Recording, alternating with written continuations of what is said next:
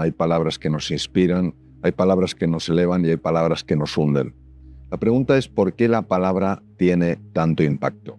Hay que ser muy cuidadoso con las palabras, y si las palabras que van a salir de nuestra boca no son palabras para construir, es mejor que no salgan. Se han hecho múltiples estudios científicos en los que se ha mostrado que las palabras negativas tienen la capacidad de producir cambios hormonales bastante poco saludables, mientras que las palabras positivas tienen un impacto distinto incluso a nivel cerebral, favoreciendo capacidades como la creatividad, el espíritu emprendedor, etc. Las palabras las genera el hemisferio izquierdo del cerebro. Sí.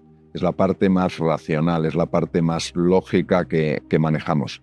Lo que pasa es que esas palabras evocan, sobre todo en el hemisferio derecho del cerebro, que es la puerta al inconsciente, esas palabras evocan imágenes, experiencias previas, sensaciones y sentimientos. Yo suelo compararlo con algunas cerezas. Las cerezas son esas frutas que vienen unidas por un rabito, que son coloraditas. Entonces, la palabra es una de las cerezas, se mueve una cereza y mueve la otra cereza, que serían sentimientos, sensaciones, experiencias, emociones. Y por eso tiene tantísimo poder la palabra. Ya hace 5.000 años, en textos muy antiguos de la literatura hindú, se habla de hasta qué punto la mente, por razones que no se explica, contiene un error. Es decir, nuestra mente, de alguna manera, tiene una determinada tendencia a enfocarse en cosas negativas, y por eso ya se hablaba en la antigüedad de la necesidad de corregir esa mente. De hecho, la palabra pecado, que se utiliza en el mundo del catolicismo, la palabra pecado ha sido muy mal interpretada. La palabra pecado se interpreta como una mancha, como si nosotros tuviéramos una mancha, como si fuéramos seres manchados, seres que tenemos una culpa que ni toda el agua del océano podría borrar, ¿no?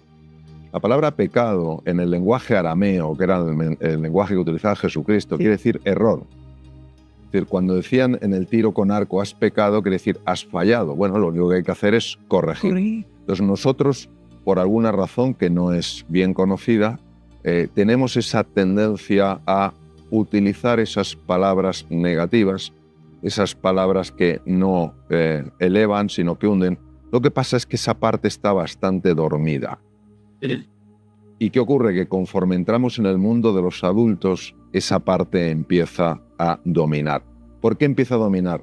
Porque hay una estructura mental difícil de definir que se llama el ego. El ego es una estructura mental que de alguna manera nos hace sentirnos separados de nosotros mismos. Sí. Muchas personas no se aman. ¿Por qué no se aman? Porque ni siquiera se conocen. ¿Por qué no se conocen? Porque de hecho se rechazan. Nos vemos separados de los demás. Es muy fácil ver lo que nos separa cuando hay mucho más que nos une. Lo distinto no tiene por qué ser distante, y sin embargo muchas veces lo distinto se convierte en distante.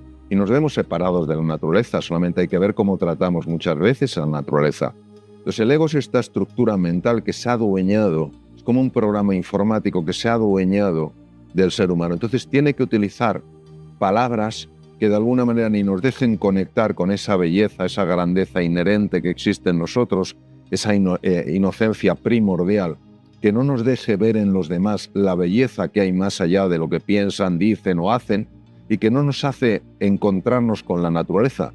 Yo he tenido la fortuna de estar con algunos tribus en el Amazonas, y el contacto que tienen con la naturaleza, cómo perciben la naturaleza, es algo que para nosotros los occidentales es absolutamente incomprensible. De alguna manera la naturaleza les habla, no se han separado de esa naturaleza, por eso sienten esa reverencia hacia la naturaleza. Entonces, ¿qué ocurre?